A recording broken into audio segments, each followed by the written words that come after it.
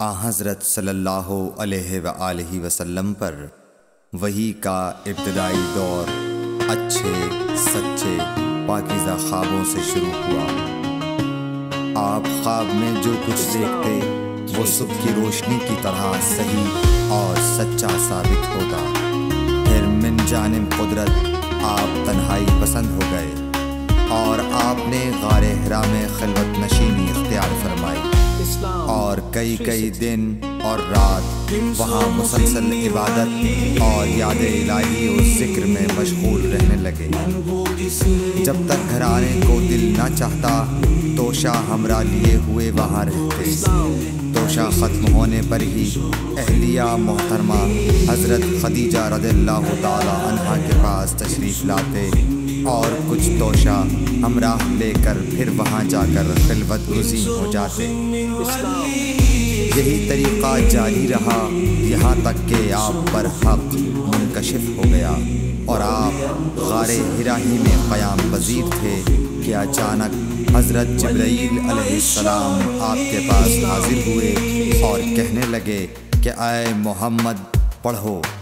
آپ فرماتے ہیں کہ میں نے کہا کہ میں پڑھنا نہیں جانتا۔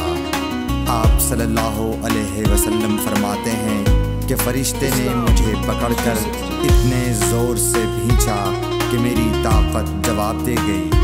پھر مجھے چھوڑ کر کہا پڑھو۔ میں نے پھر وہی جواب دیا کہ میں پڑھا ہوا نہیں ہوں۔ اس فرشتے نے مجھ کو نہایت ہی زور سے بھینچا کہ مجھ کو سخت تکلیف محسوس ہوئی۔ پھر اس نے کہا کہ پڑھ۔ میں نے کہا میں پڑھا ہوا نہیں ہوں۔ فرشتے نے تیسری بار مجھ کو پکڑا اور تیسری مرتبہ پھر مجھ کو بھینچا، پھر مجھے چھوڑ دیا اور کہنے لگا کہ پڑھو اپنے رب کے نام کی مدد سے جس نے پیدا کیا اور انسان کو خون کی پھٹکی سے بنایا۔ پڑھو اور آپ کا رب بہت ہی مہربانیاں کرنے والا ہے۔